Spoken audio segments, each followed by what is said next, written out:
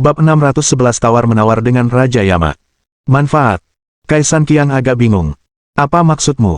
Chen Xuan menyesap tehnya dengan hati-hati. Secara harfiah apa artinya? Saya mendengar kakak perempuan ke-9 menghabiskan banyak uang untuk mendapatkan bantuan Anda. Jika saya membantu Anda membebaskan diri, bagaimana Anda berencana membagikan uang itu dengan saya? Kaisan Qiang dalam hati mengutuk, sialan, aku akan dicincang di sini, dan kamu masih berbicara padaku tentang membagi uang, apakah kamu manusia sialan? Meskipun dia tidak bahagia, sepertinya Kaisan Qiang tidak memiliki solusi lain yang lebih baik jika dia ingin lolos dari kesulitannya.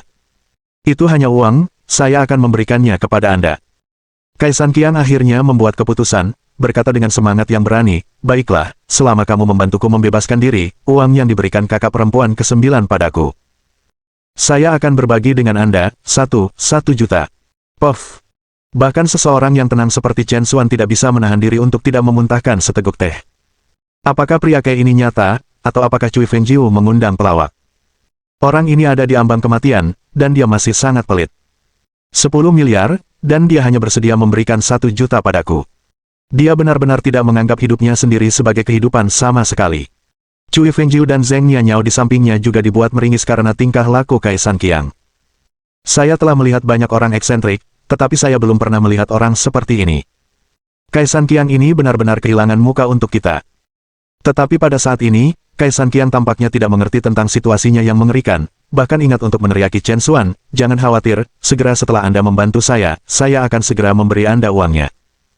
Chen Xuan terlalu malas untuk berdebat dengan orang ini, melambaikan tangannya dan berkata, lupakan saja, jumlah yang kamu tawarkan terlalu banyak. Saya khawatir saya tidak bisa menikmati kekayaan seperti itu. Lanjutkan, lanjutkan.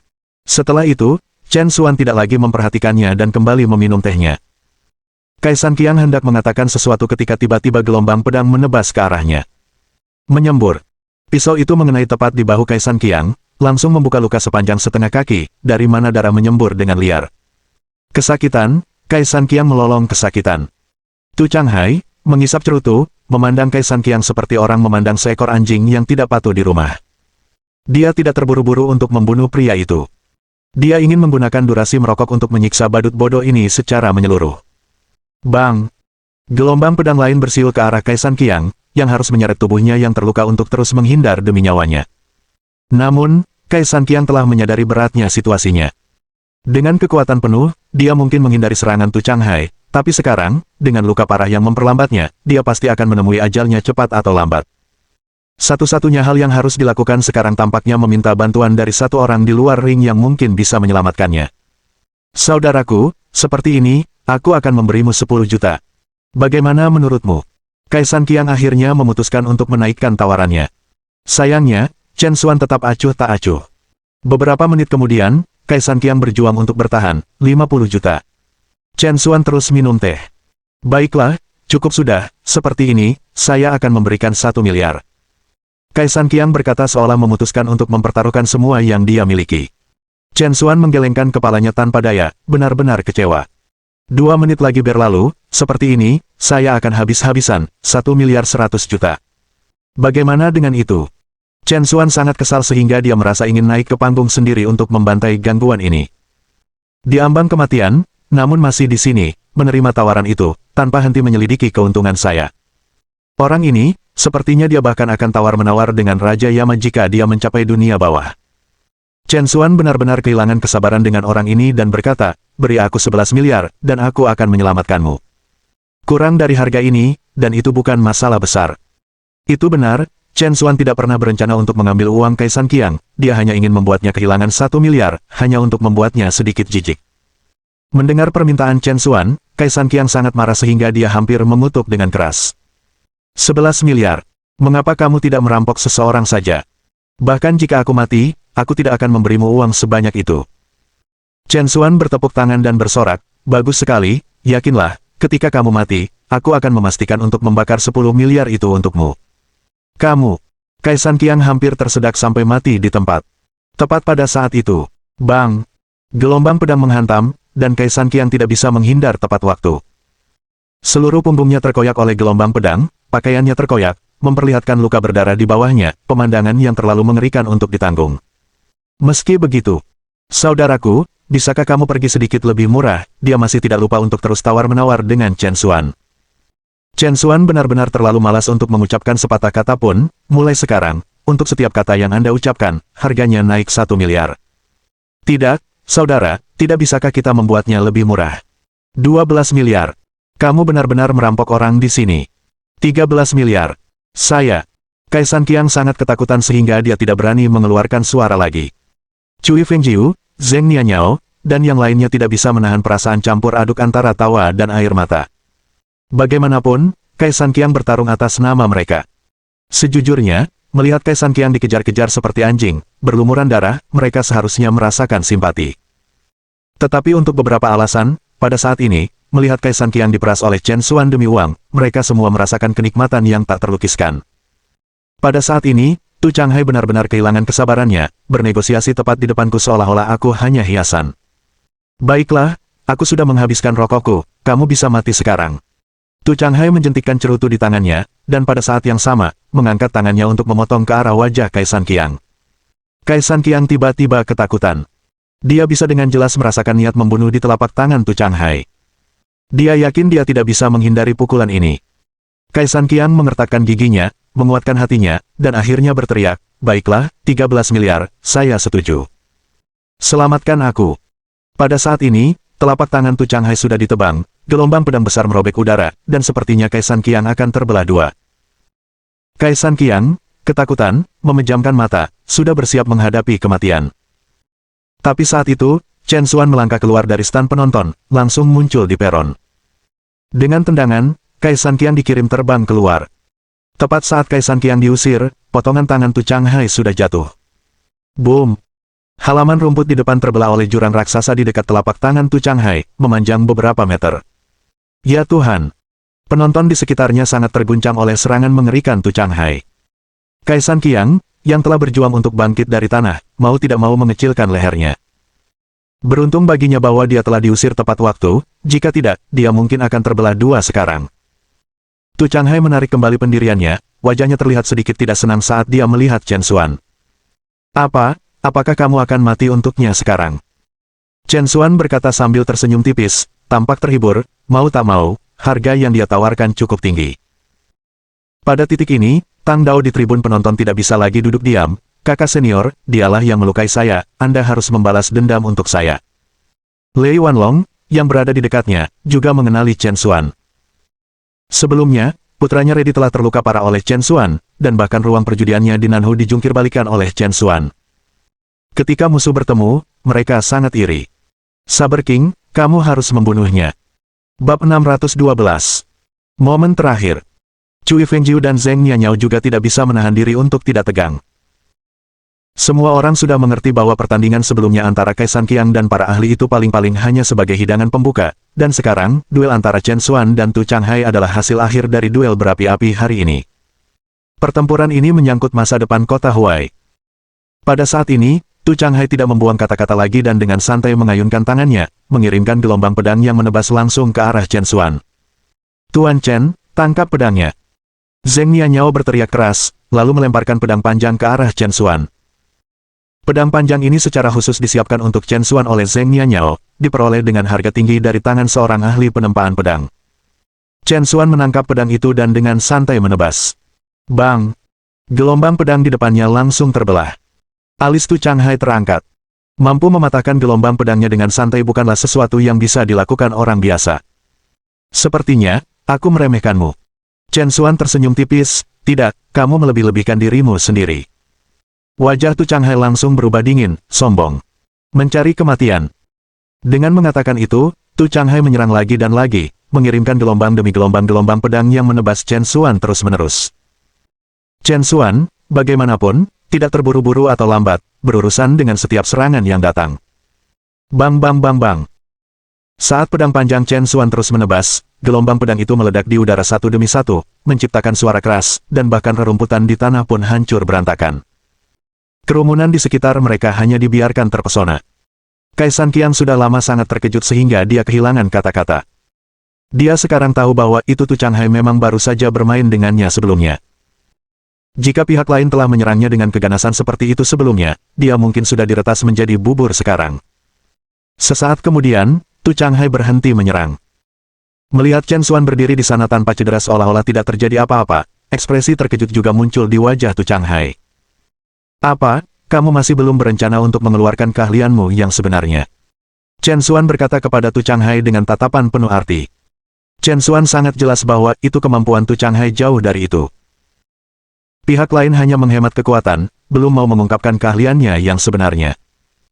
Setelah mendengar ini, bibir Tu Changhai meringkuk menjadi senyuman dingin. Tidak buruk sama sekali, saya benar-benar tidak menyangka bahwa kota Huai kecil ini benar-benar menyembunyikan dewa sejati. Karena itu masalahnya, maka saya mungkin juga memperluas wawasan Anda. Saat dia berbicara, tangan Tu Changhai bergerak di udara di depannya. Saat berikutnya, sebuah pemandangan yang menakjubkan terjadi. Di antara tangan Tu Changhai, pedang panjang berwarna merah muncul begitu saja. Esensi sejati terbentuk. Mata Chen Xuan cerah, memang, ini adalah teknik pedang darah esensi sejati yang digunakan oleh Tu Changhai, hampir identik dengan metode yang digunakan oleh Mo Yucheng yang dia temui di kota Qingshan sebelumnya. Tampaknya Tu Changhai ini, seperti Mo Yucheng, juga milik aliran pedang darah. Selanjutnya, Chen Xuan memikirkan apa yang dikatakan Gong Sun Yao sebelumnya kepadanya. Saat itu, Gong Sun Yao telah mengatakan bahwa itu alasan dia menggunakan Song Qi Huan sebagai panduan pengobatan untuk menyempurnakan obatnya sebenarnya adalah untuk menawarkan obat mujarab kepada Raja Pisau Pembantaian. Raja Pisau Pembantaian, bukankah itu pria di hadapannya? Dalam sekejap, Chen Xuan menyadari segalanya. Ternyata Gong Sun Yao sebelumnya hanyalah seorang pesuruh. Tu Changhai di depannya ini adalah dalang sebenarnya. Begitu pikiran ini terlintas di benaknya, Chen Xuan sudah membuat keputusan. Dia tidak akan melepaskan Raja Pedang ini dengan mudah. Pada saat ini, Slaughter Knife King juga telah mengangkat pedang darah esensi sejatinya dan menyerang Chen Xuan. Dengan satu tebasan, ki sejati yang merah seperti petak sutra bergemuruh ke arah Chen Xuan. Chen Xuan melompat ke samping, dan Truki merobek tanah, merobek 3 baris kursi di belakang. Desis. Kerumunan tidak bisa membantu tetapi menghirup udara dingin. Jadi ini adalah kekuatan sebenarnya dari Slaughter Knife King. Dalam hatinya, Chen Xuan senang. Karena ketika dia melihat Tu Changhai berduel dengan Kaisan Qiang sebelumnya, dia sudah membuat rencana di benaknya. Itu, menggunakan Tu Changhai sebagai sparring partner untuk memaksa bola warna-warni di dalam dirinya untuk melepaskan dan menyerap dengan cepat. Mo Yucheng sebelumnya terlalu lemah untuk memenuhi syarat sebagai sparring partner Chen Xuan. Tapi Tu Changhai berbeda, kekuatannya setara dengan Chen Xuan, dan bahkan kecerobohan sesaat pun bisa mengakibatkan Chen Xuan mati di tangannya. Dan justru karena inilah potensi Chen Xuan bisa dirangsang dengan lebih baik. Chen Xuan tidak menyia-nyiakan kata-kata lagi, dia mengangkat pedangnya yang panjang dan menyerang lurus ke depan. Untuk sementara waktu, kedua sosok di lapangan olahraga itu bergerak maju mundur, bertarung secara seimbang. Kerumunan di sekitarnya sudah menonton dengan napas tertahan. Meskipun kebanyakan dari mereka bukan praktisi seni bela diri, mereka masih bisa merasakan intensitas duel dengan jelas. Hanya dalam beberapa napas, Chen Xuan dan Tu Changhai sudah bertukar puluhan gerakan. Wajah Tu Changhai semakin jelek. Menurut harapannya, lawannya seharusnya sudah mati di bawah pedangnya sekarang, namun tanpa diduga, lawannya sangat ulet. Namun, di dalam hatinya, Chen Xuan merasakan kegembiraan yang tak bisa dijelaskan. Karena dia jelas merasakan bahwa saat dia menyilangkan pedang dengan Tu Changhai, bola warna-warni di dalam dirinya benar-benar larut dengan kecepatan yang belum pernah terjadi sebelumnya. Energi yang dilepaskan dari bola-bola warna-warni itu mengalir dengan cepat ke setiap bagian tubuhnya, menyebabkan kekuatan di dalam dirinya melonjak liar dengan cara yang tak terbayangkan. Chen Xuan merasakan tubuh fisiknya disempurnakan oleh kekuatan yang kuat ini. Kewalahan oleh energi yang luar biasa, Chen Xuan tidak bisa membantu tetapi mengaum dengan keras. Tu Changhai, yang bertukar pukulan dengannya, sudah merasakan ada sesuatu yang salah. Logikanya, setelah bertarung begitu lama, keduanya seharusnya sudah kehabisan energi. Kekuatan dan kecepatan reaksi seharusnya berkurang dibandingkan sebelumnya. Namun Tu Changhai dapat dengan jelas merasakan bahwa Chen Xuan, alih-alih melemah, menjadi lebih tangguh, memancarkan sensasi tumbuh semakin kuat dalam pertempuran. Tu Changhai telah berubah dari awalnya mendominasi pertarungan menjadi secara bertahap dipaksa ke posisi bertahan. Bagaimana ini mungkin? Tu Changhai hampir tidak bisa mempercayainya. Sebagai salah satu dari 6 raja pedang aliran pedang darah dalam komunitas seni bela diri seluruh negara Yan, hanya sedikit yang bisa menjadi tandingannya. Namun sekarang, dia berjuang keras melawan siapapun, yang sama sekali tidak terbayangkan. Tu Changhai tidak mau menerima ini, dan serangannya menjadi semakin sengit. Dia ingin segera mengamankan kemenangan, untuk membuktikan kekuatannya sendiri. Sementara itu, Chen Xuan, merasakan serangan Tu Changhai yang semakin sengit, menjadi semakin bersemangat. Melalui introspeksi, dia dapat dengan jelas melihat bahwa bola warna-warni di dalam dirinya sekarang larut ke tahap akhir. Hanya satu langkah lagi, dan dia akan menerobos sepenuhnya. Ayo, bunuh! Chen Xuan meraung. Tu Changhai benar-benar marah. Bodoh-bodoh, mati! Tu Changhai berteriak, dan pedang darah Qi sejati dipenuhi dengan kekuatan penuhnya, seolah membelah langit dan bumi, menebas ke arah kepala Chen Xuan. Bab 613. Terobosan, Puncak Alam Ilahi. Semua orang dikejutkan oleh kekuatan yang dilepaskan Tu Changhai pada saat itu. Mereka tidak ragu, bahkan jika sebuah tangki baja ada di depan mereka, itu juga akan terbelah dua oleh kekuatan pukulan Tu Changhai. Chen Xuan, Tuan Chen, Cui Ruyun, Cui Fengjiu, dan yang lainnya menahan napas karena cemas. Tang Dao, Lei Wanlong, dan yang lainnya sangat gembira, tidak sabar untuk melihat Chen Xuan mati di depan mata mereka. Pada saat ini, seluruh tubuh Chen Xuan gemetar hebat. Sama seperti Tu Changhai menyampaikan serangan terakhirnya, Chen Xuan merasa bahwa bagian terakhir dari bola cahaya pelangi di dalam dirinya telah sepenuhnya larut dan dilepaskan. Saat gumpalan terakhir dari energi Dragon Flame menyebar ke seluruh tubuh Chen Xuan, dia merasakan tubuh fisiknya mencapai ketinggian baru yang belum pernah terjadi sebelumnya. Ini adalah tanda terobosan dalam kultivasi. Pada saat itu, Tu Changhai juga merasakan ada yang tidak beres dengan Chen Xuan. Apakah ini puncak Divine Realm? Bagaimana ini mungkin? Mata Tu Changhai membelalak tak percaya pada apa yang dilihatnya. Ketinggian yang dia dambakan selama bertahun-tahun, yang bahkan ingin dia capai dengan bantuan Pil Tongshen, sekarang dengan mudah dirasuki oleh pemuda di hadapannya. Itu adalah sesuatu yang sulit diterima oleh Tu Changhai. Saat berikutnya, sebelum Tu Changhai bisa memahami semuanya, Chen Xuan di hadapannya sudah benar-benar meletus. Boom! Sebuah kekuatan yang kuat meledak dari dalam Chen Xuan, langsung menghasilkan gelombang udara yang sangat besar. Seluruh rumput beserta tanahnya terbalik, membentuk area melingkar dengan diameter 5 meter. Tu Changhai, yang baru saja mendekat, juga terpesona oleh gelombang kekuatan ini. Kecelakaan. Pedang darah esensi sejati di tangan Tu Changhai langsung meledak, pakaiannya di depan hancur berkeping-keping, dan seperti anjing mati, dia menabrak tanah dengan keras. Suara ledakan bergema di stadion yang kosong. Sementara penonton di tribun sudah terdiam. Pemandangan menakjubkan yang baru saja mereka saksikan telah membuat semua penonton kaget. Bahkan negara adidaya seperti Tu Changhai dari Sekte Bela Diri Sejati dikalahkan oleh Chen Xuan, membuktikan kekuatannya kepada semua orang. Menyembur. Tu Changhai memuntahkan seteguk darah segar, rasa sakit di tulangnya tak tertahankan, dan dia tidak bisa berdiri untuk melanjutkan pertarungan, setelah benar-benar kehilangan kemampuan bertarungnya. Dia menatap Chen Xuan dengan tatapan penuh kengerian dan ketidakpercayaan, "Kamu, siapa sebenarnya kamu? Bagaimana mungkin seseorang yang mampu mengalahkannya? Tu Changhai, mungkin bukan siapa-siapa." Chen Xuan. Chen Xuan menyatakan namanya dengan nada datar. Chen Xuan. Tu Changhai menikmati nama itu dengan hati-hati, mencoba mengekstrak informasi yang berguna dari ingatannya, tetapi dia sama sekali tidak dapat menemukan apapun tentang nama ini. Namun, Tu Changhai tahu bahwa itu, dengan kekuatan pemuda itu, selama yang dia inginkan, tidak butuh waktu lama sebelum dia menjadi sosok terkenal di dunia seni bela diri negara Yan. Pada saat ini, Cui Fengjiu sudah melangkah ke atas panggung. Tang Dao, Lei Wanlong, Hong Xinrong, pasukanmu sudah kalah, apakah kamu punya kartu lain untuk dimainkan? Cui Fengjiu bertanya dengan angkuh. Tang Dao, Lei Wanlong, dan yang lainnya bertukar pandang, semuanya menunjukkan ekspresi frustrasi. Tu Changhai adalah kartu truf mereka, yang terakhir mereka miliki. Di mana mereka bisa memiliki kartu lain untuk dimainkan? Cui Fengjiu mencibir, karena itu masalahnya, sekarang saya mengumumkan bahwa dalam duel dengan api ini, klub Feng Huo kami menang.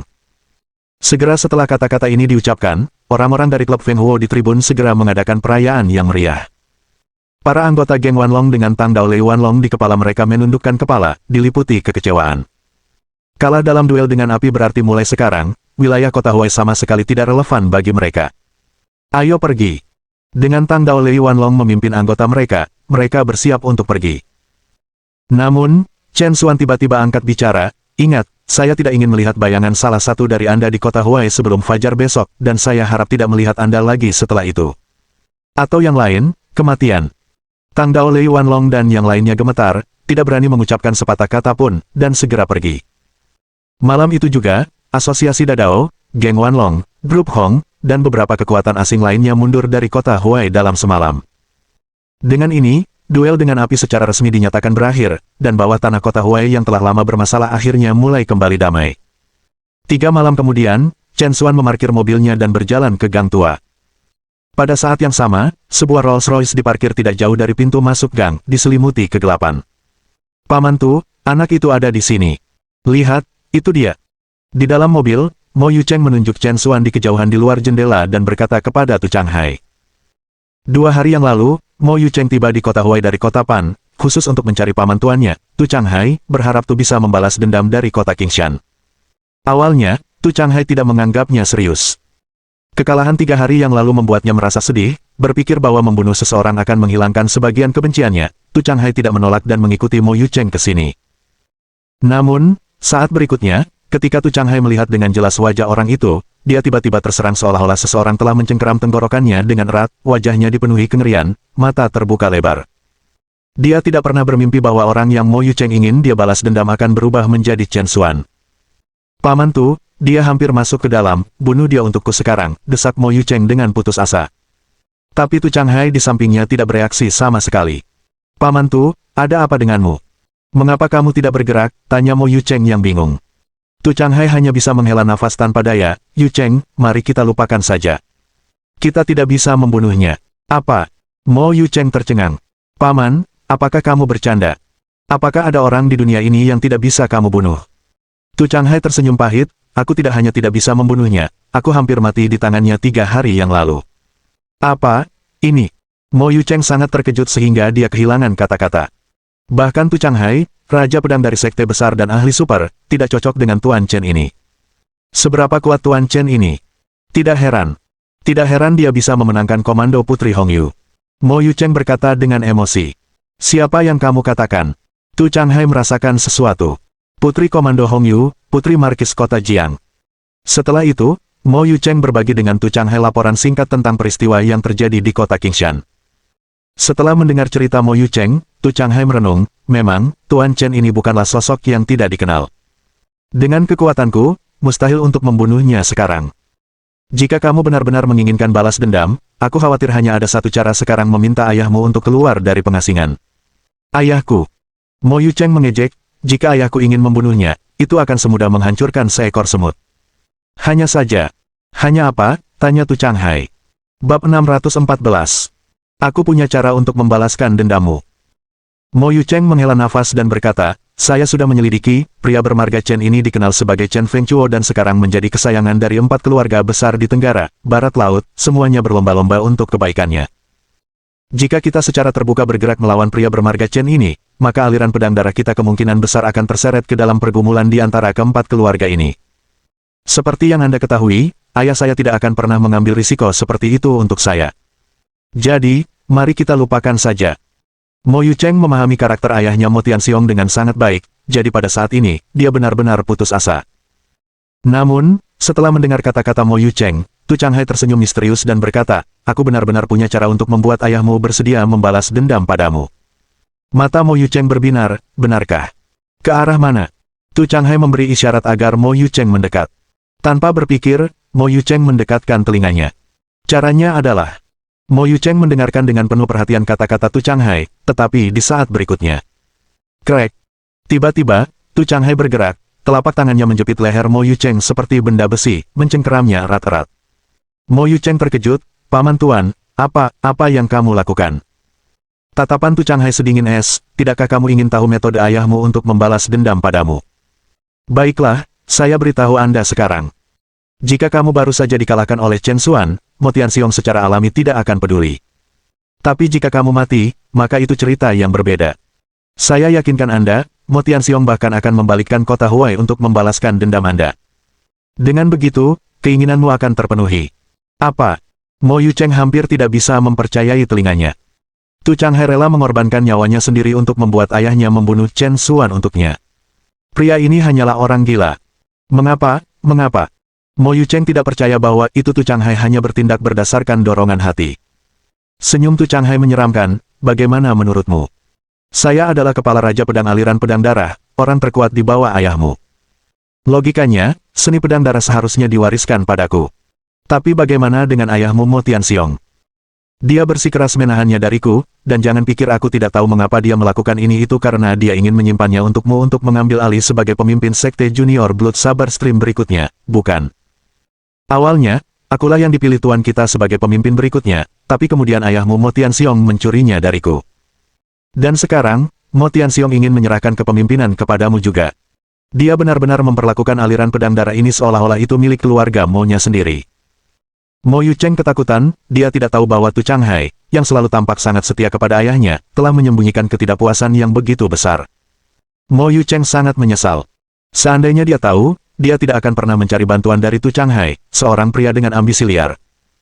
Paman Tuan, tolong jangan impulsif, jika Anda melepaskan saya berjanji begitu saya kembali, saya akan memastikan ayah saya menyerahkan posisi pemimpin kepada Anda. Mo Yucheng mengeluarkan kata-kata ini dari tenggorokannya. Setelah mendengar ini, Tu Changhai mengejek dengan dingin, "Kamu anjing kampung, kamu pikir aku idiot?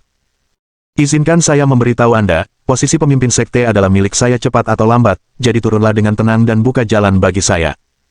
Karena itu, Tu Changhai tiba-tiba mengerahkan kekuatan di tangannya. Krek! Dengan suara yang tajam, leher Mo Yucheng terpelintir, kepalanya menggantung lemas. Setelah melakukan semua ini, mulut Tu Changhai meringkuk menjadi senyuman kemenangan. Dengan kematian Mo Yucheng, Mo Tianxiong tidak punya pilihan selain mengambil tindakan. Dan begitu dia melakukannya, Mo Tianxiong akan terlibat dalam konflik dengan Chen Xuan dan keluarga di Tenggara, Barat Laut, pada titik mana, itu akan menjadi kesempatan Tu Changhai. Setengah jam kemudian, Tu Changhai kembali ke villa tempat mereka tinggal, mengemudi dengan tubuh Mo Yucheng. Di villa, Ye Chongling segera bergegas keluar setelah mendengar suara mobil.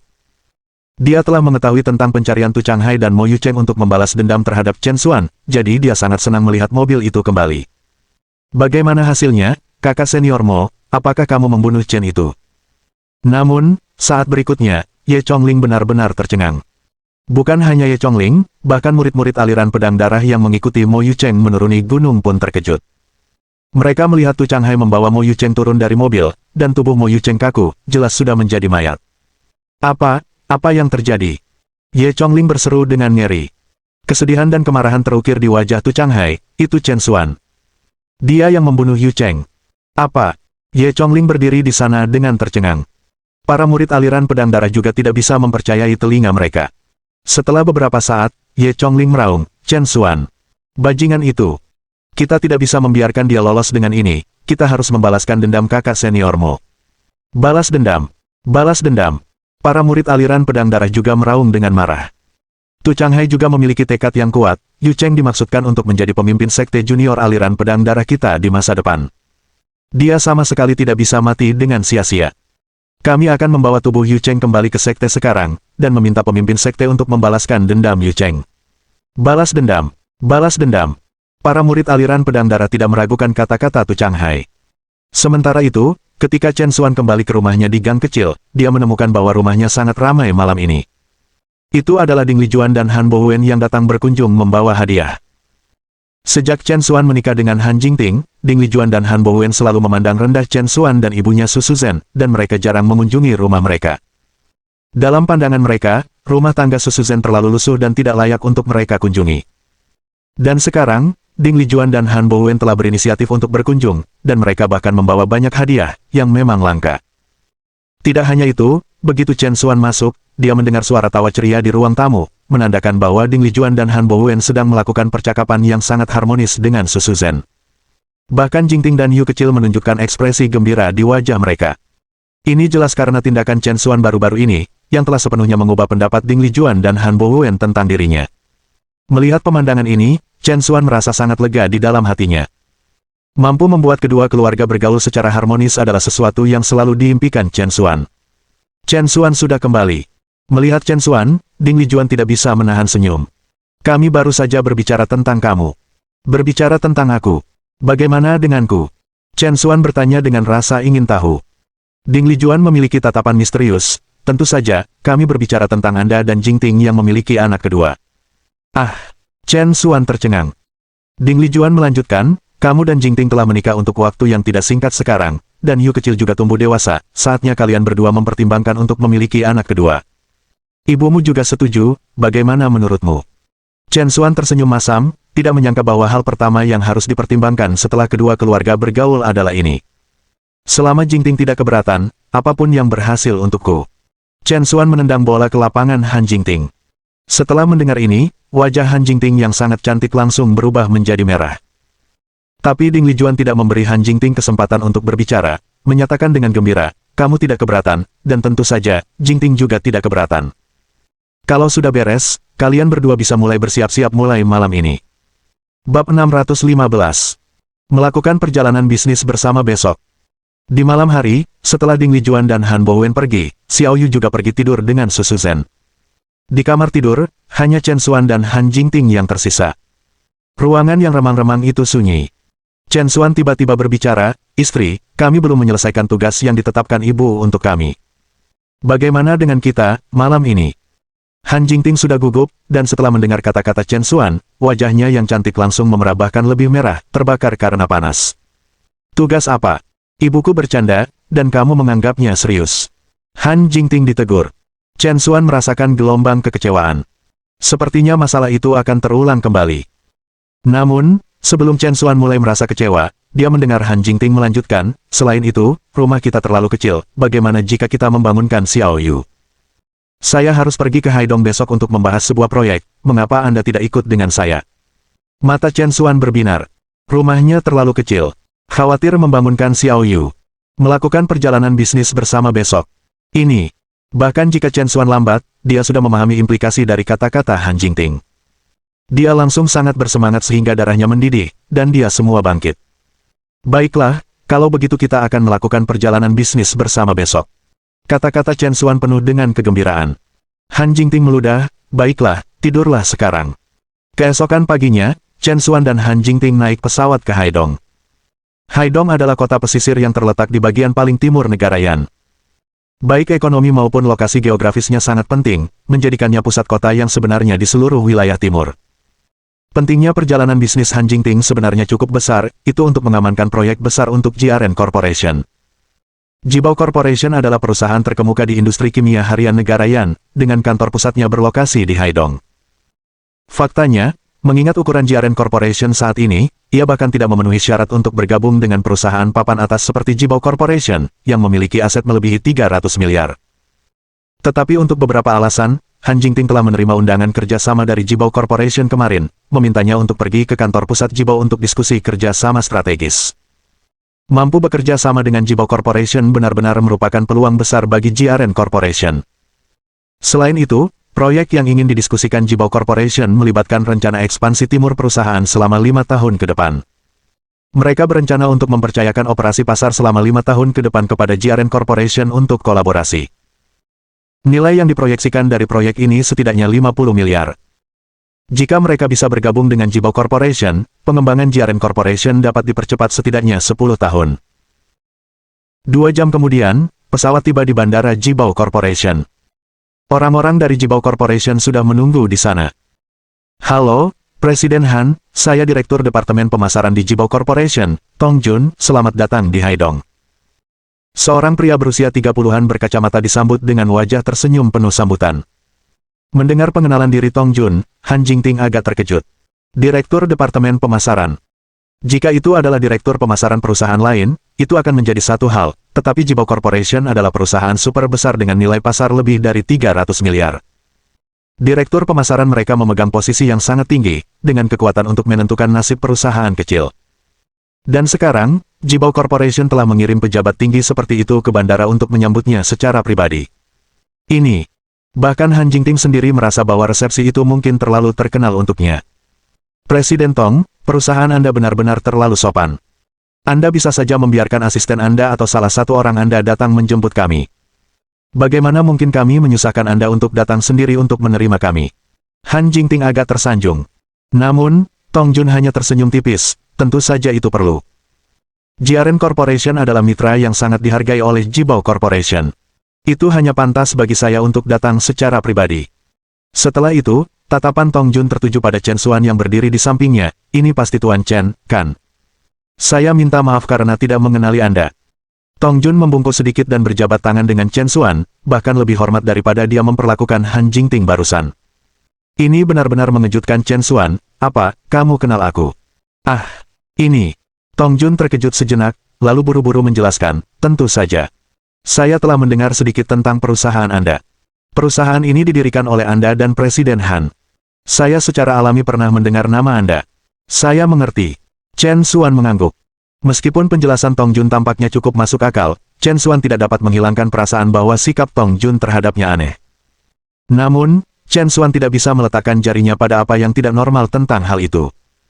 Baiklah, Presiden Han, Tuan Chen, Presiden Xie sudah menunggu di kantor, jadi ayo cepat. Tong Jun secara pribadi membuka pintu mobil. Han Jingting merasa lebih tersanjung dan dengan cepat masuk ke mobil bersama Chen Xuan. 40 menit kemudian, mobil tiba di markas Jibao. Melihat ke gedung pencakar langit yang menjulang lebih dari 100 lantai, Han Jingting dipenuhi rasa iri. Memang, ini adalah perusahaan terkemuka di negara Yan.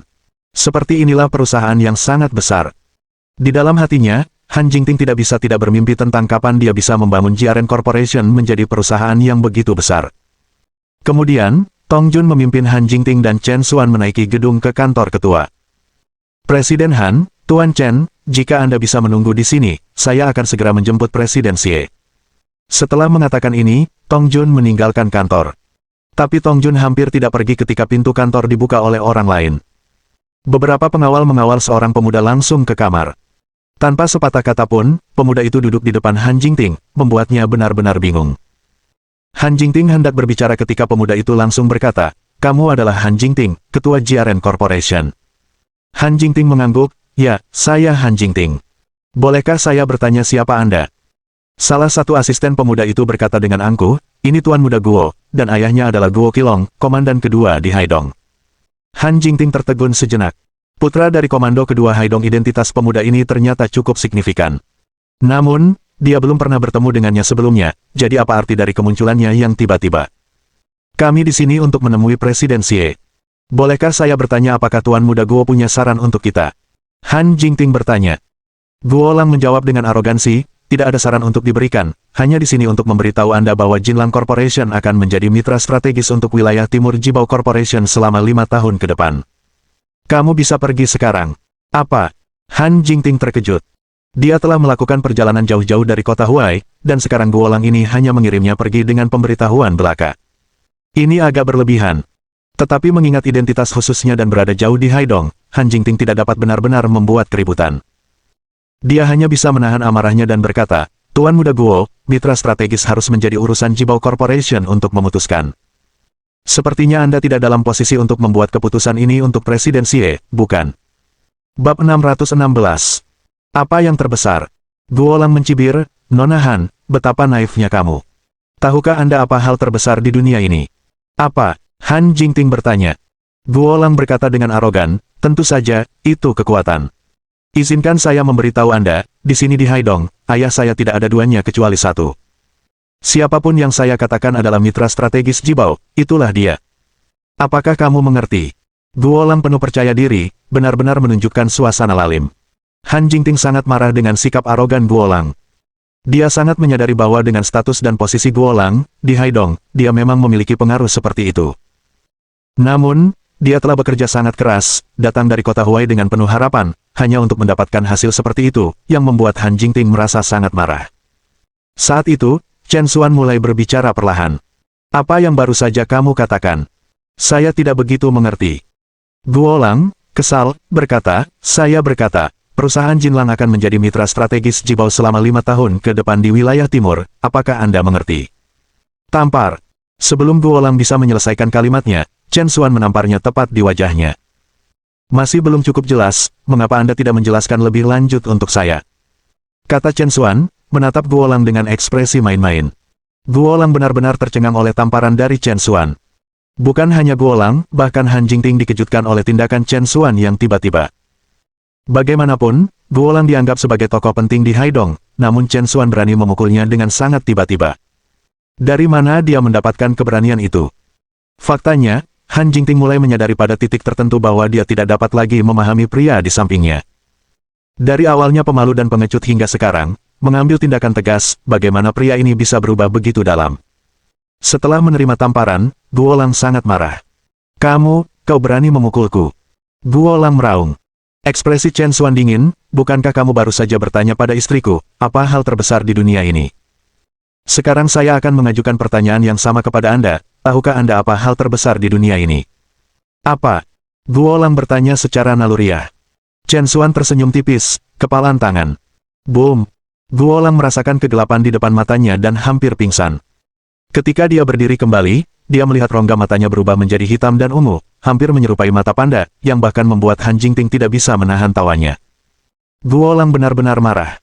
Dia datang ke sini hanya untuk mengancam Han Jingting untuk mundur dari kompetisi untuk kemitraan strategis Jibao, tetapi dia tidak menyangka pihak lain akan berani melakukan langkah pertama.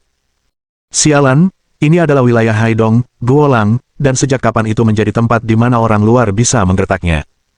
Sialan, oke kalau begitu, jika aku tidak membuatmu menyesali ini hari ini, namaku bukan Guolang. Senyum Guolang tiba-tiba berubah menjadi menyeramkan, menurutmu ini era apa, masih berharap untuk menang dengan kekerasan. Hari ini aku akan memberitahumu apakah tinjumu lebih keras, atau kekuatanku. Dengan kata-kata itu, Guolang segera menelepon, kamu bisa masuk sekarang. Faktanya, Guolang telah mempersiapkan segalanya sebelum datang, jika Han Jingting berani tidak patuh, dia akan pergi ke sana dan bermain keras. Karena Chen Xuan berani menyentuhnya, Guolang secara alami tidak punya alasan untuk bermain baik lagi. Beberapa detik kemudian, pintu kantor dibuka, dan beberapa petugas keamanan berseragam masuk dengan ekspresi muram. Tuan Muda Guo. Beberapa orang memasuki ruangan dan segera memberi hormat kepada Guolang, takut orang lain mungkin tidak tahu bahwa mereka bertindak atas perintah Guolang.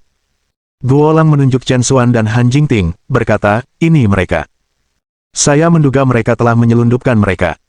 Tangkap mereka sekarang dan ingat, interogasi mereka secara menyeluruh untuk memberitahu mereka aturan Haidong. Ya, Tuan Muda Guo.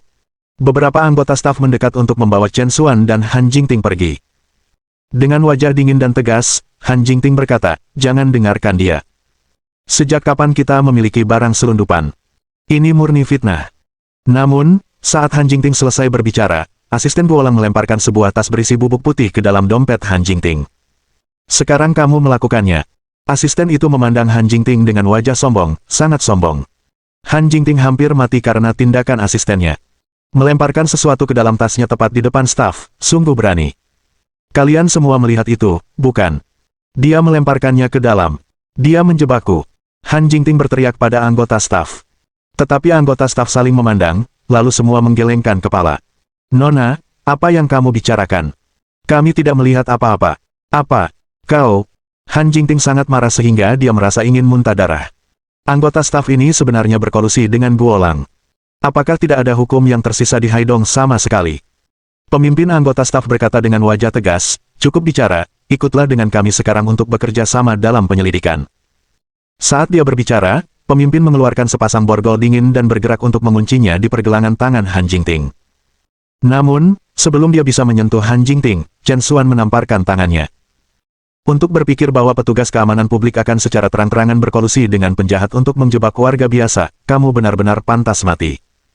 Mata Chen Xuan dingin. Di matanya, anggota staf yang bersekongkol dengan kejahatan ini bahkan lebih tercela daripada orang-orang seperti Guolang, keturunan istimewa. Mata pemimpin itu membelalak kaget. Selama bertahun-tahun bekerja, dia selalu menjadi orang yang mengambil tindakan, dan tidak pernah ada orang yang berani menyerangnya di depan umum. Pemuda ini merupakan tantangan langsung terhadap otoritasnya. Beraninya kamu menyerang seorang anggota staf. Anda telah melakukan kejahatan besar. Teman-teman, tangkap dia. Jika dia menolak, eksekusi dia di tempat. Para bawahan, mendengar perintah itu, segera menyerang Chen Xuan. Guolang, menyaksikan adegan ini, mengungkapkan senyum penuh kemenangan. Dibandingkan dengan hanya menangkap Chen Xuan, situasi ini persis seperti yang ingin dia lihat. Berani memukul pemimpinnya, pria bermarga Chen ini tidak akan turun tanpa kehilangan lapisan kulitnya kali ini. Saat anggota staf hendak mencapai Chen Xuan, raungan keras tiba-tiba meletus, berhenti, kalian semua. Kemudian, seorang pria parubaya yang mengenakan setelan kelas atas masuk, dengan Tong Jun dengan patuh mengikuti di sampingnya. Tanpa diragukan lagi, pria parubaya ini tidak lain adalah ketua Jibao Corporation, Xie Xingchang. Staf keamanan publik, setelah melihat Xie Xingchang, tampak agak panik. Hanya Guolang yang mempertahankan ekspresi tenang dan tenang saat melihat Xie Xingchang. Paman Xie, kamu sudah tiba. Bab 617. Preman sombong yang meremehkan semua orang. Guolang, sebagai putra kedua dari keluarga Haidong, sangat menghargai dirinya sendiri. Sebelumnya, memanfaatkan koneksi ayahnya, dia telah bertemu dengan Xie Xingchang beberapa kali, jadi pada saat ini, dia tidak menganggap dirinya orang luar. Namun, ekspresi Xie Xingchang sangat jelek saat ini. Guolang, apa yang terjadi di sini? Xie Xingchang bertanya kepada petugas keamanan di dekatnya dengan suara rendah. Guolang tidak peduli dan berkata dengan santai, "Oh, tidak ada yang serius. Anak ini di sini membawa barang selundupan, dan anggota staf ini menangkapnya dengan tangan merah. Mereka hanya membawanya kembali untuk diinterogasi." "Apa? Selundupan?" Xie Xingchang tercengang. Dia tidak bodoh dan tentu saja tahu bahwa ini pasti yang dilakukan Guolang di belakang layar. "Guolang, apakah kamu tahu apa yang kamu lakukan? Tuan Chen dan Presiden Han adalah tamu kehormatanku. Siapa yang memberi Anda izin untuk membuat keributan di sini? Bawa orang-orangmu dan pergi dari sini sekarang juga." Xie Xingchang mengeluarkan perintah pengusiran langsung.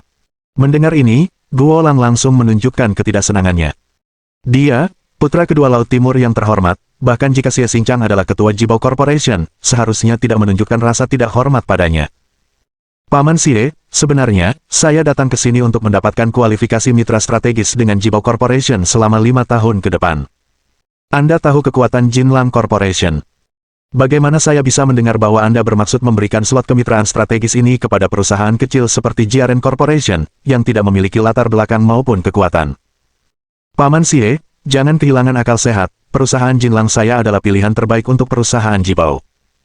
Kata-kata Guolang tampak meyakinkan, tetapi siapapun dapat mendengar nada memerintah dalam kata-katanya, tidak menyisakan ruang untuk negosiasi. Bagaimanapun, dalam pandangan Guolang, ayahnya memiliki kekuatan besar dan memiliki nasib Xie Xingchang di tangannya, jadi dia sepenuhnya memiliki hak untuk berbicara dengan Xie Xingchang dengan cara ini. Xie Xingchang sangat marah dengan kata-kata Guolang. Sebelumnya, generasi kedua yang kaya ini, mengandalkan identitas ayahnya, sering memeras Jibao Corporation. Di masa lalu, itu kecil dan Xie Xingchang telah menoleransi mereka. Tapi hari ini, Xie Xingchang, memikul tanggung jawab yang berat dan memiliki sesuatu untuk diandalkan, tidak berniat memberi Guolang wajah apapun lagi dan berencana menggunakan kesempatan ini untuk menyingkirkan bocah berhak ini. "Tutup mulutmu." Xie Xingchang meraung. "Siapa yang menjadi mitra strategis Jibao Corporation adalah urusanku, dan bukan tempatmu untuk membuat keputusan untukku. Guolang, sebelumnya aku menghormatimu karena mempertimbangkan ayahmu, tapi kamu benar-benar terlalu memikirkan dirimu sendiri. Tanpa ayahmu, kamu bahkan tidak akan memiliki hak untuk berbicara denganku. Dengan cara perusahaan Anda berkembang, Anda ingin menjadi mitra strategis Jibao Corporation. Bermimpilah. Menyingkir dari pandanganku." Xie Xingchang mengutuk dengan keras, melampiaskan semua kemarahan yang telah dia tekan di dalam hatinya. Guolang dibuat tercengang oleh omelan Xie Xingchang. Dia tidak menyangka bahwa itu Xie Xingchang, yang selalu bersikap sopan kepadanya sebelumnya, memanggilnya, Tuan Muda Guo, akan tiba-tiba menjadi bermusuhan hari ini dan mulai mengutuknya demi pria dan wanita ini. Ini adalah pemberontakan langsung. "Xie Xingchang, beraninya kamu berbicara padaku seperti ini. Apakah kamu yakin aku akan menelepon ayahku sekarang dan menutup perusahaanmu?" Guolang, geram dan sombong, menyatakan. Namun, saat dia selesai berbicara, sebuah suara tiba-tiba muncul. "Siapa anjing buta yang berani menggonggong di sini?" Begitu suara itu jatuh, pintu kantor terbuka, dan sesosok masuk dengan belasan pria berseragam hitam. Ketika Chen Xuan melihat sosok ini, wajahnya tiba-tiba berubah. Sosok di hadapannya tidak lain adalah Qixia. Di bawah keluarga Dong, Aula Qixia. Terakhir kali, Chen Xuan secara pribadi menyaksikan metode Qixia. Qixia Hall telah memusnahkan seluruh keluarga Hu Zenyuan di depan Chen Xuan dan membantai lebih dari 100 anggota aliansi bela diri Nanjiang. Metode mereka sangat kejam. Sekarang, Qixia Hall telah muncul di hadapan Chen Xuan sekali lagi, di sini, di Jibao Corporation. Ini terlalu tidak normal. Guolang melirik Qixia dengan penghinaan terang-terangan dan mulai mengutuk Qixia, menunjuk ke hidungnya. "Sialan, siapa yang kamu panggil anjing? Katakan lagi jika Anda berani." "Ah!" Sebelum Guolang bisa menyelesaikan kata-katanya, terdengar suara, "Puch," yang teredam. Lengan kanan Guolang langsung dipenggal oleh Qixia, darah berceceran di mana-mana. Kantor yang tadinya bersih dan rapi beberapa saat sebelumnya langsung berlumuran darah. "Ah!" Han Jingting dikejutkan oleh pemandangan yang tiba-tiba itu. Memotong lengan seseorang tanpa sepatah kata pun telah benar-benar melampaui batas psikologis yang dapat ditanggung oleh orang biasa seperti Han Jingting. Chen Xuan mengerutkan kening juga, dan dengan cepat memeluk kepala Han Jingting di pelukannya, tidak membiarkannya melihat pemandangan berdarah di depan mereka. Pengawal dan petugas keamanan Guolang semuanya tercengang oleh pemandangan di depan mereka, berdiri membeku di tempat selama beberapa waktu sebelum mereka dapat bereaksi. Kamu bajingan, beraninya kamu meretas aku. Kau daging mati. Untuk apa kalian semua berdiri? Tangkap bajingan itu untukku, sekarang. Baru pada saat itulah para pengawal dan petugas keamanan keluar dari situ. Beberapa pengawal memimpin dan menyerang ke depan, tetapi sebelum mereka bisa mendekat, beberapa tentara dari Aula Qixia melintas, langsung menuju pembunuhan. Hanya dalam 1 detik, masing-masing pengawal memiliki garis miring di leher mereka, darah menyembur keluar, dan mereka langsung mati di tempat. Desis. Petugas keamanan tidak bisa membantu tetapi menghirup udara dingin. Mereka jelas mengenakan seragam, namun orang-orang ini berani membunuh tepat di depan mereka. Ini terlalu kejam. Qixia memandang beberapa petugas keamanan dengan jijik. Jika kamu tidak tersesat sekarang, apakah kamu ingin berakhir seperti mereka? Para pekerja bertukar pandang, tidak tahu harus berbuat apa. Guolang, memegangi lengannya yang terpenggal, meraung dengan marah, untuk apa kamu berdiri di sana? Dia membunuh seseorang di depanmu dan kamu tidak akan berbuat apa-apa. Tidak percaya padaku. Aku akan memberitahu ayahku, dan kamu tidak akan mau memakai seragam itu lagi. Ini. Para pekerja terjebak dalam dilema, tidak tahu apakah akan maju atau mundur. Qixia mendekati Guolang, senyum dingin di bibirnya, ayahmu, dia keren. Wajah Guolang dipenuhi dengan arogansi, izinkan saya memberitahu Anda, ayah saya adalah orang kedua di Haidong, Guo Qilong. Anda telah mengacaukan orang yang salah hari ini. Izinkan saya memberitahu Anda, jika Anda bisa keluar dari Haidong hidup-hidup hari ini, saya akan mengambil nama keluarga Anda. Guo Qilong. Qixia menggali telinganya, berpura-pura agak pelupa, dan bertanya kepada bawahannya, apakah ada orang seperti itu di Haidong? Seorang bawahan segera menjawab, Hall Master, sepertinya ada orang seperti itu. Ekspresi Guolang berubah menjadi ganas, lihat. Sekarang Anda menyadari betapa besar kekacauan yang Anda buat, ya. Bab 618 sama sekali tidak tahu apa-apa. Dalam pandangan Guolang, siapapun mereka, mengetahui bahwa dia adalah putra Guo Qilong, mereka pasti akan takut.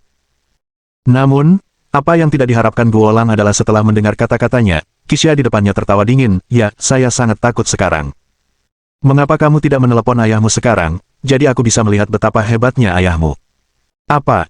Guolang tercengang, tidak percaya bahwa pihak lain akan berani memintanya menelepon setelah mengetahui identitas ayahnya. Baiklah, ini yang kamu minta. Tanpa kata-kata lebih lanjut, Guolang langsung melakukan panggilan video ke ayahnya, Guo Qilong. Panggilan itu terhubung dengan cepat, memperlihatkan wajah yang memerintahkan otoritas tanpa menunjukkan kemarahan.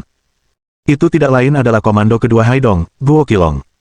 Setelah memegang posisi tinggi selama bertahun-tahun, Guo Qilong telah lama mengembangkan sikap superioritas, dia tampak sangat serius saat menghadapi putranya, Guolang. Guolang, ada apa? Saya ada rapat yang harus dihadiri. Kau, mengapa ada begitu banyak darah di wajahmu? Lenganmu. Ya Tuhan. Melihat lengan putranya yang terpenggal melalui layar, Guo Qilong tidak bisa lagi mempertahankan ketenangannya, matanya melotot kaget. Guolang, melihat ayahnya, perasaan keluhannya benar-benar meledak.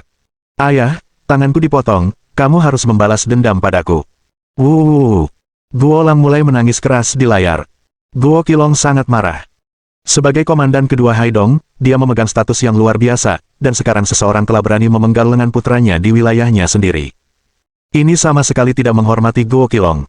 Siapa yang melakukannya? Siapa yang melakukannya? Guo Qilong meraung seperti binatang buas yang mengamuk. Tanpa mengucapkan sepatah kata pun, Guolang segera mengarahkan telepon ke arah Qixia. Dia. Itu mereka tidak hanya memenggal lenganku tetapi juga membunuh rakyatku. Ayah, kamu benar-benar tidak bisa membiarkan mereka lolos dengan ini. Sebelum Guolang selesai, Qixia menyambar telepon dengan tidak sabar. Dia melihat ke layar pada Guo Qilong dan berkata dengan santai, jadi kamu Guo Qilong. Izinkan saya memberitahu Anda, nyawa putra Anda, saya telah mengambilnya. Ingat, aku dari Eastern Royal Manor, Qixia. Timur. Eastern Royal Manor. Mendengar nama ini, Guo Qilong sama terkejutnya seolah-olah dia telah melihat hantu, matanya terbelalak heran.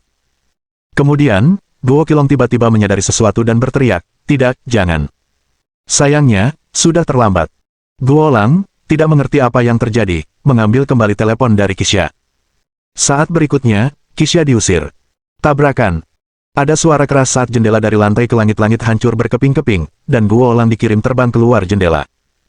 Han Jingting dalam pelukan Chen Xuan secara tidak sengaja menyaksikan pemandangan itu dan sangat ketakutan hingga dia menangis. Selama bertahun-tahun, dia belum pernah melihat kekerasan yang sombong dan brutal seperti itu. Wajah Chen Xuan juga menjadi sangat tidak sedap dipandang. Tegas dalam membunuh, dia bahkan tidak menganggap putra penguasa lokal itu layak untuk diperhatikan. Apakah ini cara istana kaisar? Benar-benar sombong. Di ujung lain panggilan, Guo Qilong menyaksikan pemandangan di telepon saat putranya jatuh, turun ke lantai dasar. Sampai akhirnya, dengan bunyi gedebuk yang teredam, sisi lain layar menjadi gelap.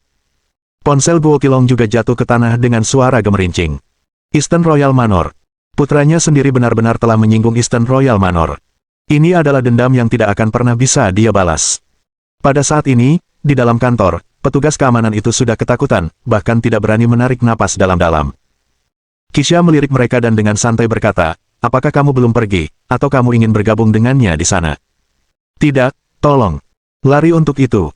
Petugas keamanan itu berlari keluar seolah-olah jiwa mereka telah meninggalkan tubuh mereka, berjatuhan dan berebut.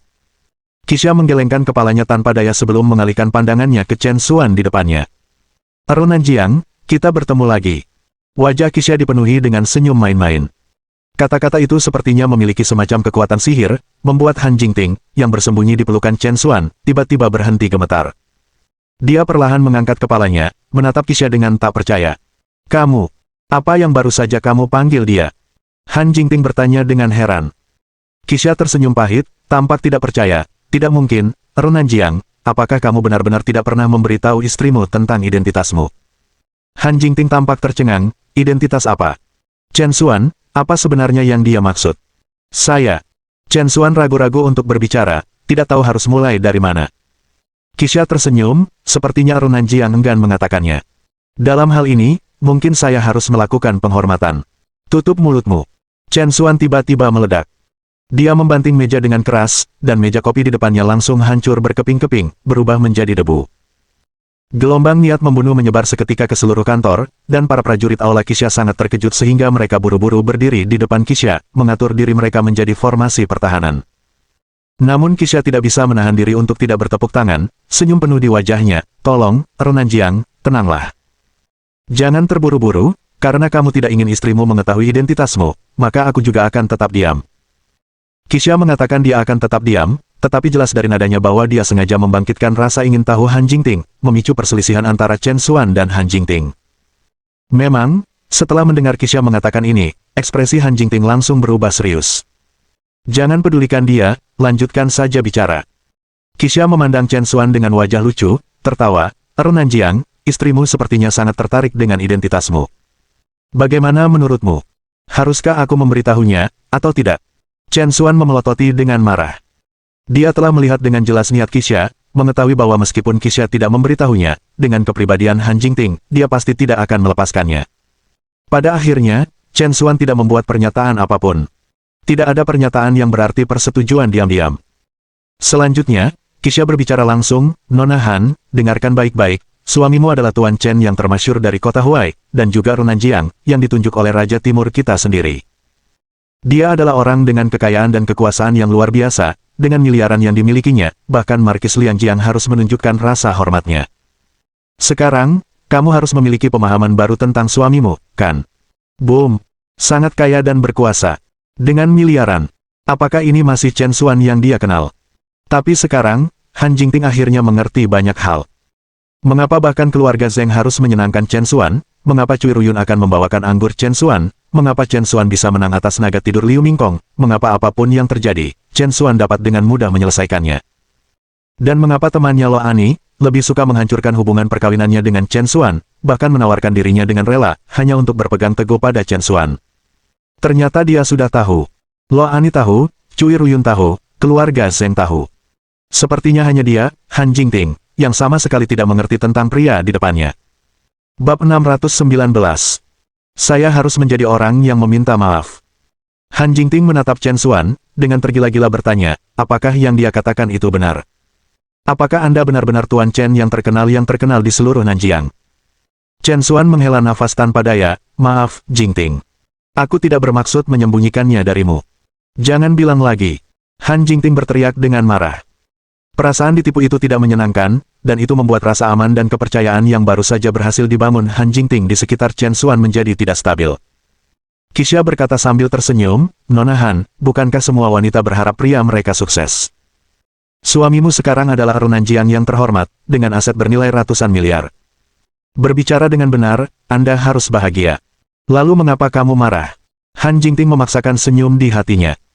Memang, di masa lalu, dia selalu membenci kurangnya ambisi Chen Xuan, membencinya karena tidak berguna. Sekarang dia telah mengejutkan semua orang dengan kesuksesannya, dia seharusnya merasa gembira. Tapi mengapa dia merasa ditipu? Kisha melanjutkan, sekarang Runanjiang sangat disukai oleh banyak orang, menurut saya, Anda seharusnya senang telah menemukan pria yang begitu baik. Hahaha. Sikap Kisha jelas merupakan salah satu dari menikmati kemalangan orang lain. Chen Xuan menjadi sangat marah, mengambil langkah maju dan mencengkeram tenggorokan Kisha dalam satu gerakan. Tutup mulutmu. Chen Xuan meraung. Orang-orang dari aula Kisha di dekatnya langsung terkejut, karena banyak laras senjata hitam yang diarahkan ke Chen Xuan dalam sekejap. Bahkan saat dia ditangkap oleh Chen Xuan, Kisha masih memiliki senyum di wajahnya, tenang dan tenang. Runanjiang, apa yang kamu lakukan? Saya tidak mengatakan sesuatu yang salah, bukan? Mata Chen Xuan dingin, seolah-olah api bisa meledak kapan saja. Awalnya, yang diinginkan Chen Xuan hanyalah menjalani kehidupan biasa dengan Han Jingting tanpa campur tangan dari urusan luar apapun. Namun, sekarang setelah Kisha mengungkap kebenarannya, semua itu telah benar-benar hancur, memicu kemarahan Chen Xuan. Apa sebenarnya yang kamu inginkan dengan menipuku agar datang ke sini? Chen Xuan bertanya dengan dingin.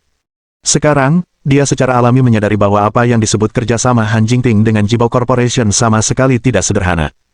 Kisha jelas bermaksud memancingnya ke Haidong melalui kerjasama ini.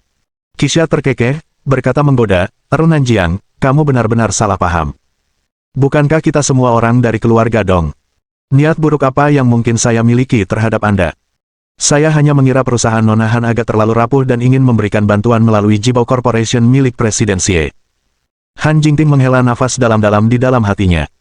Sebelumnya, dia hanya mendengar tentang 4 keluarga besar Dong, Xi, Nan, dan Bei, dan tidak begitu jelas tentang kekuatan mereka yang sebenarnya.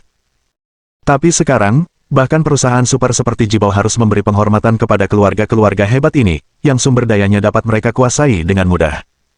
Kekuatan keempat keluarga ini memang sangat kuat. Pada saat itu, Kisha melanjutkan, tentu saja, selain itu, saya juga datang atas perintah Raja Sao untuk menyampaikan undangan kepada Runanjiang dan istrinya untuk mengunjungi Emperor Manor.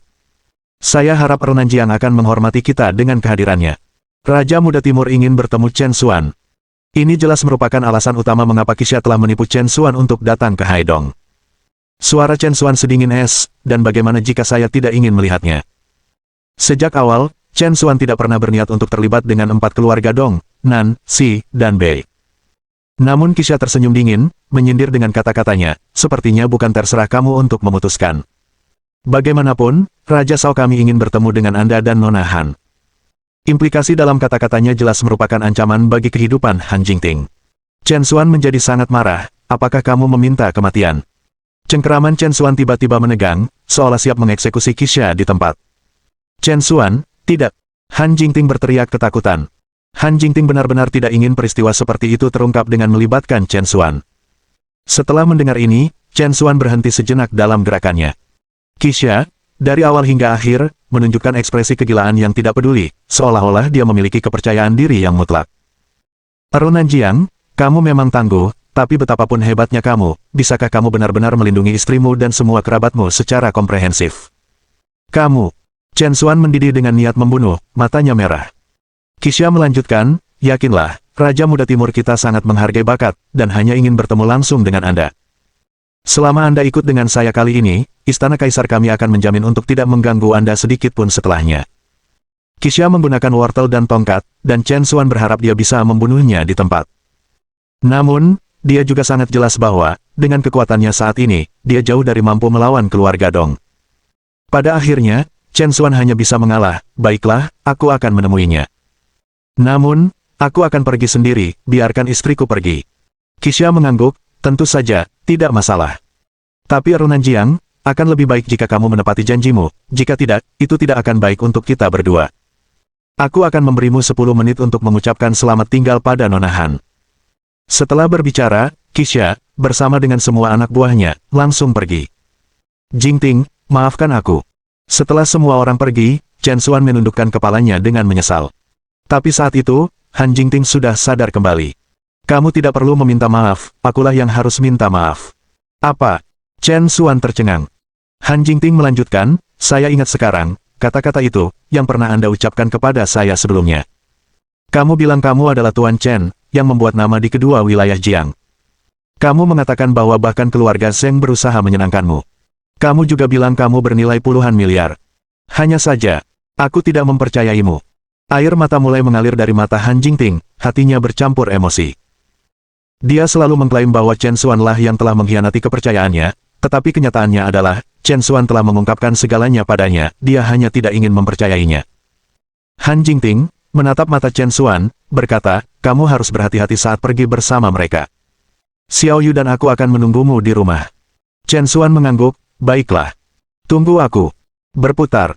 Raungan memekakkan telinga datang dari jendela yang pecah di luar, saat sebuah helikopter bersenjata besar melayang di luar gedung. Di dalam kabin, Kisha memperhatikan pasangan berpelukan di dalam ruangan dengan tatapan main-main, bahkan melambai ke arah mereka. Chen Xuan mengerutkan kening, berharap dia bisa membunuh. Aku pergi. Dengan itu, Chen Xuan melompat langsung dari jendela yang pecah ke dalam kabin helikopter. Adegan ini membuat jantung Han Jingting berdetak kencang, tapi kemudian, rasa lega muncul dalam dirinya. Ya, suaminya tidak lain adalah Tuan Chen, yang terkenal di kedua wilayah Jiang dan memiliki kemampuan luar biasa, tentu saja, dia tidak perlu terlalu khawatir. Chen Xuan, aku akan menunggumu kembali. Han Jingting berteriak keras, tapi suaranya tenggelam oleh deru baling-balingnya. Helikopter, dengan Chen Xuan di dalamnya, melakukan jungkir balik di langit dan terbang lurus ke arah Cakrawala. Bab 620 Rumah Sakit Medis Nasional. 1 jam kemudian, helikopter tiba di tujuannya, Eastern Royal Manor. Tempat ini terletak di ujung paling timur negara Yan. Seluruh rumah kerajaan timur dibangun di sepanjang garis pantai, menghadap ke laut, dan memancarkan kemegahan. Tidak hanya itu, tetapi dari pandangan udara, orang dapat dengan jelas melihat bahwa di dalam halaman manor terdapat landasan pacu yang panjangnya sebanding dengan bandara internasional, dan baterai artileri yang menjulang tinggi dipasang di perbukitan di sekitarnya. Bahkan tidak jauh dari manor, orang dapat dengan jelas melihat beberapa kapal diam-diam berlabuh di sana. Bahkan Chen Xuan sangat terkejut dengan pemandangan di hadapannya. Seandainya dia tidak melihatnya dengan mata kepalanya sendiri, dia tidak akan pernah percaya bahwa perkebunan sebesar itu bisa ada di pantai terpencil ini. Ini bukan lagi hanya rumah bangsawan sederhana, itu sebanding dengan pangkalan militer sungguhan. Hari ini, Chen Xuan benar-benar menyaksikan kekuatan keluarga Dong. Kisha, berdiri di sampingnya, mengungkapkan senyum puas saat melihat ekspresi di wajah Chen Xuan. Bagaimana dengan itu, Earl Nanjiang? Bukankah istana Raja Timur kita cukup mengesankan? Chen Xuan mendengus pelan, sebuah rumah besar dengan ribuan kamar, namun satu hanya tidur selebar 3 kaki di malam hari.